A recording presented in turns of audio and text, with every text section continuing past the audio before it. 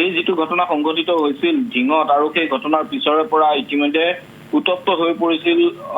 গোটেই ঢিং আৰু অকল ঢিঙেই নহয় ঢিঙৰ সমান্তৰালকৈ সেই নৃশংস ঘটনাটোৰ পিছত ইতিমধ্যে সমগ্ৰ অসম উত্তপ্ত হৈ পৰা দেখা পোৱা গৈছিল আৰু এগৰাকী টিউচনৰ পৰা উভতা কণমানি কিশোৰী তেওঁক সন্ধিয়াৰ সুযোগ লৈ তিনিটা দুৰ্বৃত্তই তেওঁ চাইকেল লৈ আহি থকা অৱস্থাত চাইকেলখন কাঢ়ি লৈ গৈ এটা পুখুৰীৰ পাৰত চাইকেলখন পেলাই তেওঁক লৈ যোৱা হৈছিল এটা পৰিত্যক্ত এটা অঞ্চললৈ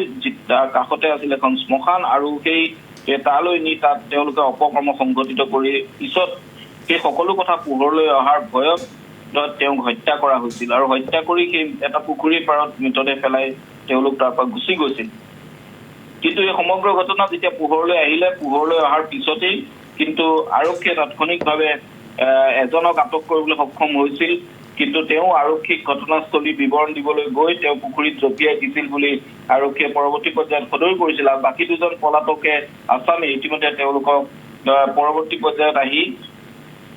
তেওঁলোকে আহি আত্মসমৰ্পণ কৰিছিল। কিন্তু আৰক্ষীয়ে গোটেই বিষয়টো তদন্ত কেনেদৰে কৰিলে বা এই গোটেই বিষয়টো তদন্ত কৰি কেনেদৰে প্ৰতিবেদন দিয়া হ'ল আদালতত সেই সকলোখিনি কথা এই মুহূৰ্তত জ্ঞাত নহয় বা কিন্তু এটা কথা যে আজি তেওঁ দুয়োজন যুৱকে একেলগে তেওঁলোক দুয়োজন অভিযুক্তই আচলতে জামিন পোৱা বিষয়টোৱে কৰবাত নহয় কৰবাত কিন্তু ঢিঙত প্ৰতিক্ৰিয়াৰ সৃষ্টি যে কৰিব সেইটো কিন্তু এক প্ৰকাৰ নিশ্চিত,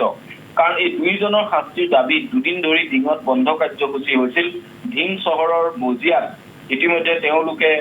ৰাজপথ অৱৰোধ কৰি তেওঁলোকে প্ৰতিবাদ সাব্যস্ত কৰিছিল। এই যেতিয়ালৈকে তেওঁলোকৰ দোষীৰ শাস্তি নহয় তেতিয়ালৈকে তেওঁলোকে প্ৰতিবাদ কৰা অব্যাহত আছিল। অৱশেষত আৰক্ষী অধীক্ষকগৰাকীয়ে গৈ তেওঁলোকক বুজনি দিব লগা এটা পৰিৱেশ পৰিস্থিতি আহিছিল। কিন্তু সেই পৰিৱেশ পৰিস্থিতিৰ পিছত তেওঁলোকে প্ৰতিবাদী যিসকল লোক আছে তেওঁলোকে বহু কথাই মানি লৈছিল আৰু এটা শান্তিপূৰ্ণভাৱে তেওঁলোকে প্ৰতিবাদ অব্যাহত ৰখাৰ তেওঁলোকে দাবী কৰি অৱশেষত তেওঁলোকৰ ৰাজপথ অৱৰোধ তেওঁলোকে কাৰ্যসূচী উঠাই লৈছিল। কিন্তু পৰৱৰ্তী পৰ্যায়ত আজি যিটো ঘটনা আজি আদালতে তেওঁলোকক নিশ্চয় কিবা এটা গ্ৰাউণ্ড আছে সেই গ্ৰাউণ্ডৰ ওপৰত ভিত্তি কৰি তেওঁলোকে জামিন লাভ কৰিছে,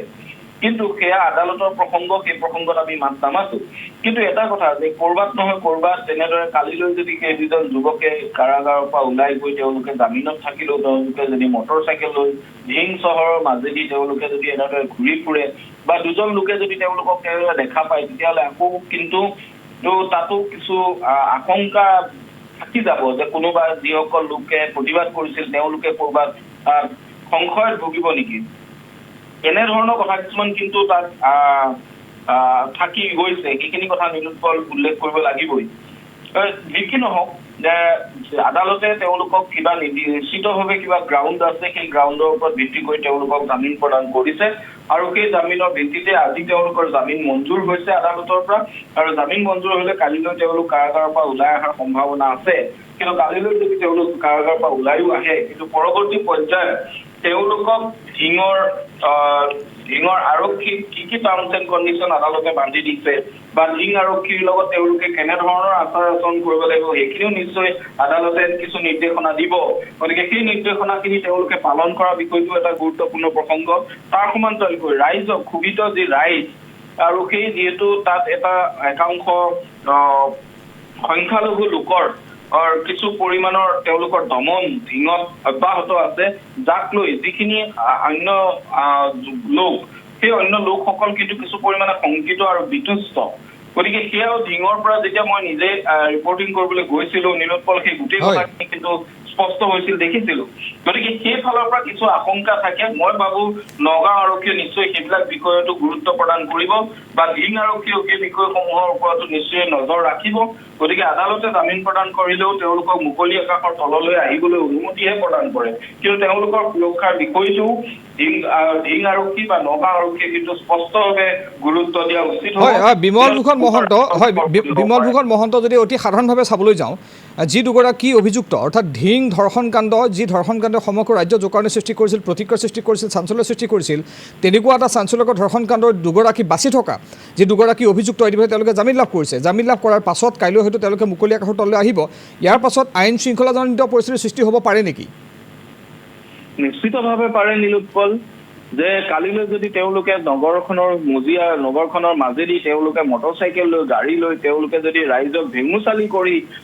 যদি ৰাইজৰ যিটো মনৰ ক্ষোভ তাক গুৰুত্ব নিদি তেওঁলোকে যদি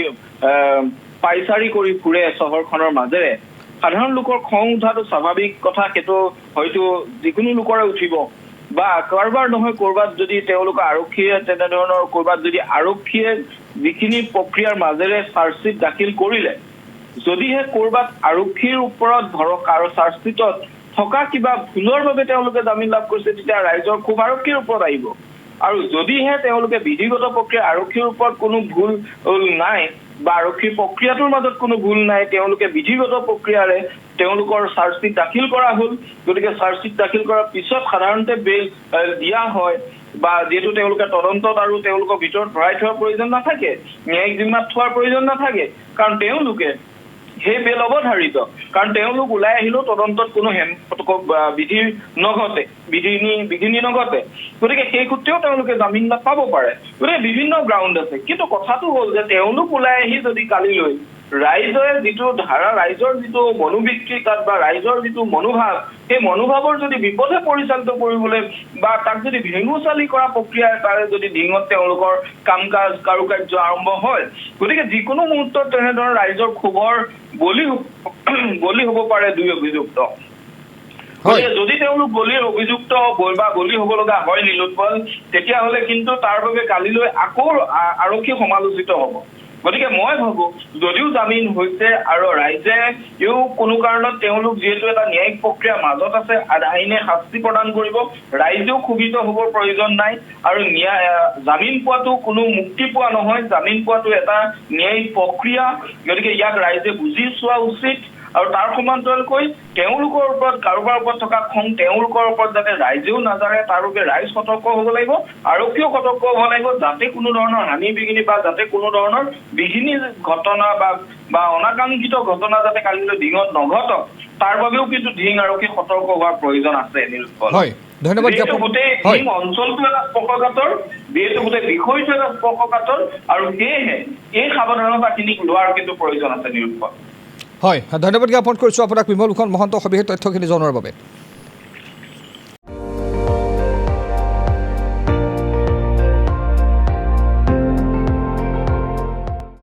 আপুনি চাই আছে ND24